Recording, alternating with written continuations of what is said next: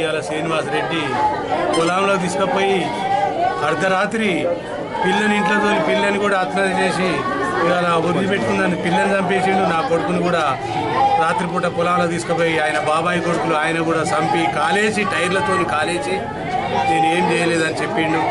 ఇవాళ హైదరాబాద్ పోలీసు వాళ్ళు ఒత్తిడి చేసిన వాళ్ళు అదుపులోకి తీసుకున్నందుకు ఇవాళ ఇది బయటపడ్డది.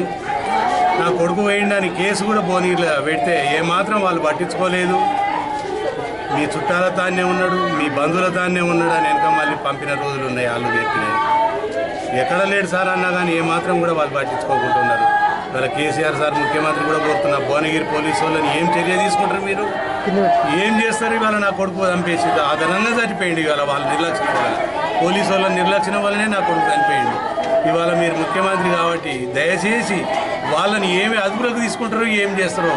నా కొడుకు ఇవాళ చనిపోయిండు. తక్షణమే మీరు ముఖ్యమంత్రి కాబట్టి దీన్ని స్పందించి దీన్ని ఏం చర్య తీసుకుంటారో తీసుకోవాలని మిమ్మల్ని కోరుతున్నాను. నేను ఎక్కువ మాట్లాడలేకపోతున్నా. నా కొడుకు చనిపోయింది కాబట్టి నాకేం బాగలేదు.